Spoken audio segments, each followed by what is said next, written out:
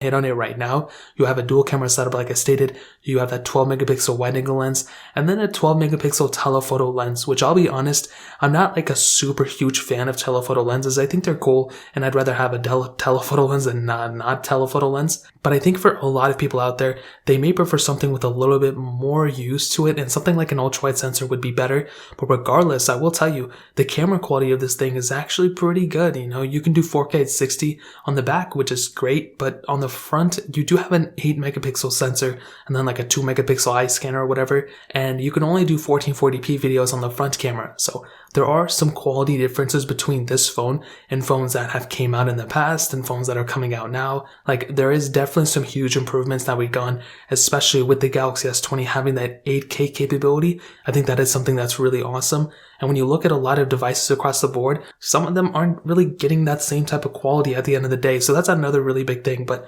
with the Galaxy S9 Plus, the quality of the photos look pretty good. The video quality is really good as well. But I think for a lot of people out there, doing the 4K at 60 is more than enough. And I think the quality and video and photo quality and the features behind this camera are more than enough for a lot of people. I just think with that front camera is probably where a lot of the changes may, people may want changes in the front camera department. And I always felt like Samsung, if they really tried, they could really perfect that front camera. But for some reason, they don't want to do it. I don't know what it is with them. They seem to make smaller and smaller lenses every year, increase the megapixel count, but keep the quality pretty consistent. I don't really know why they do that. But with this phone, the back camera is perfect. I think for a lot of people, for a 2018 device, is it the best camera? Absolutely not. And I take that back. It's not even perfect, but for a 2-year-old device, it really hasn't aged that much. I just wish it really had an ultra-wide sensor and, both a telephoto and ultra-wide. That would have been awesome.